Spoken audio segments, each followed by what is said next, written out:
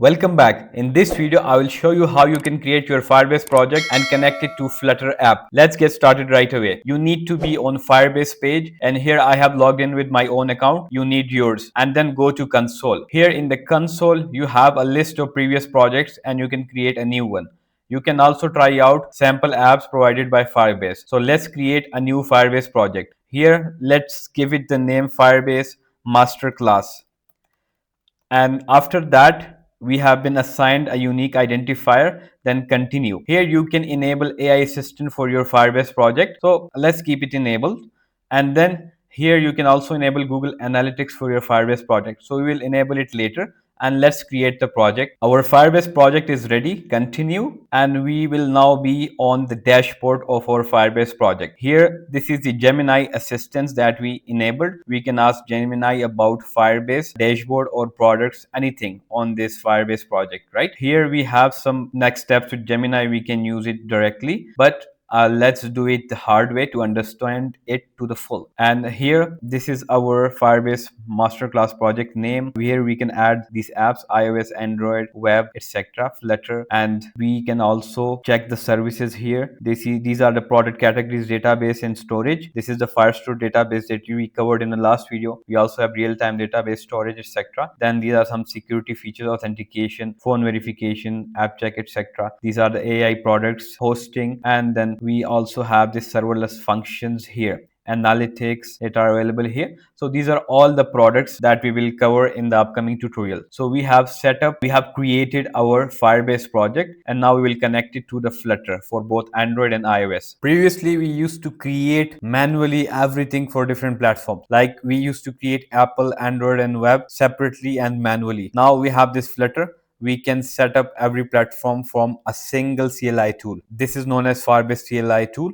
Here we can install it. This is the main website for the CLI, and you have Windows, macOS, and Linux installation instructions. So for Windows, you can either use npm. You need to have Node.js installed. If not, go to the link, and here you can get your Node.js. After that, you can use this command to install Firebase tools in your command prompt on Windows. And if you are using Mac, you just need to enter this command in terminal. So that's how you can do it. For Windows, you can also use this standalone library. You can install this setup, you can execute it, and then you can also log in and test the CLI. So for npm, that's the simple approach you can follow, and that's the npm is same for Mac OS as well. You can use this npm. You have these tools, right? So once you have this installed, you can move on to log in your Firebase account, right? So here, if you come here, you need to install Firebase CLI, then log in your Firebase account, right, using this command. So if I open my terminal here,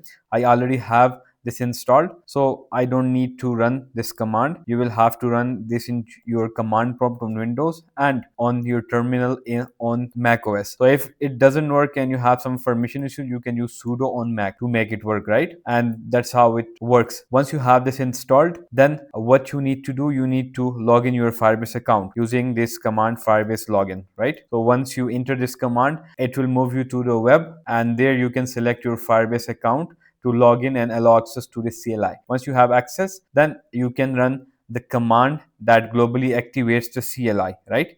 So let's see if we have it here. The command that is used to activate the CLI globally. So I think it's not here, but you will need that command. It's a dart pub global activate. This is the command for Flutterfire CLI. You need to use this. I think that's the complete command. We can just use it directly, right? AI will also give you this command. So once you have Firebase login, you can use this command, right? So it will then activate Flutterfire CLI globally. You can see it's activated, and maybe you get something like to add it to path. You will have some command here that you will need to run here in the CLI to add it to path in macOS, right? And similarly, if you get something on Windows, you can just add it to path by following the instructions given here after this install executable Flutterfire or something somewhere here, right? So for me, it's ready. It's been added to path. I have connected my Firebase account, and then I've also globally activated this Flutterfire CLI, right? Now I can use it in my project. So I have this cursor. You can have VS Code and anything open. So I just need to create a Flutter project, and then just give it a name. So I will just call it Firebase setup for now because this is the tutorial. It will create this, and you can also use command plus shift plus P on Mac OS, and you can type Flutter. If you are on Windows, you can use control plus shift plus P, and you can create new project here. So that's also some workaround you can do, or whatever way you like for creation of project in Android Studio, etc. So we have this Flutter project ready. Now let's open this project, and here we have Firebase masterclass and Firebase setup. I will open this project, and now I can just open the terminal from here. This is the terminal, and this is AI chat. Just close the tab. Here we can now use Flutter file as we have added it to the path we have activated globally, right? So here, since we have the account connected to Firebase, just use Flutter fire configure, and it will start the configuration, right? It will fetch the Firebase projects that are on that account that we just linked, right? So if we go above, we will have an account or project with the name.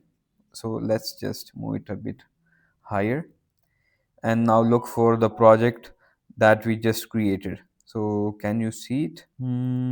Push notifications, GIF flow.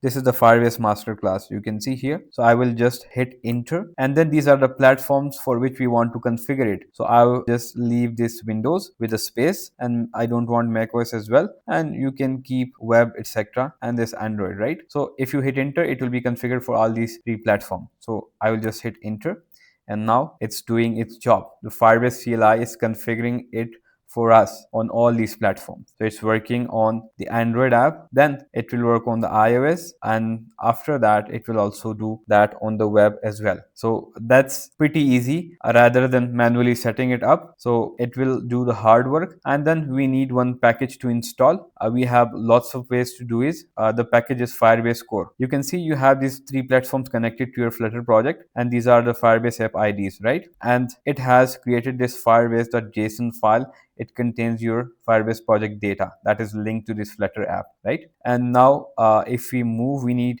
a package which is a Firebase Core, right? This package is used to connect Firebase project to Flutter. So you can either get it from here, or you can also use this command shift P, or on Windows control shift P, and here you can select this add dependency, and you can here enter Firebase Core, and this is our Firebase Core package that will be added to pubspec.yaml file, and it has been installed, right? So if you look at here, it's a Firebase Core. We have the Firebase Core now. Now we will go to the lib folder. This is Firebase options.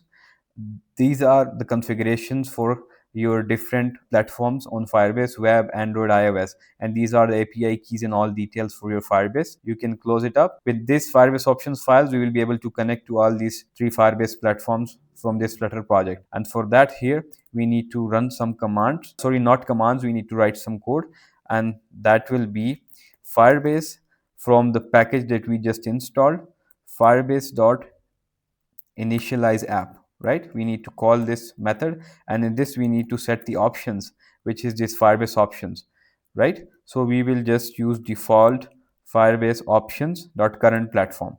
So it will automatically pick the platform, right? So if we run it on Android, it will run the Android one. If we run it on iOS, it will pick that. If it's on web, it will be on web.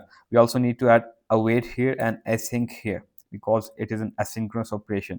And also we also need to add this widgets Flutter binding.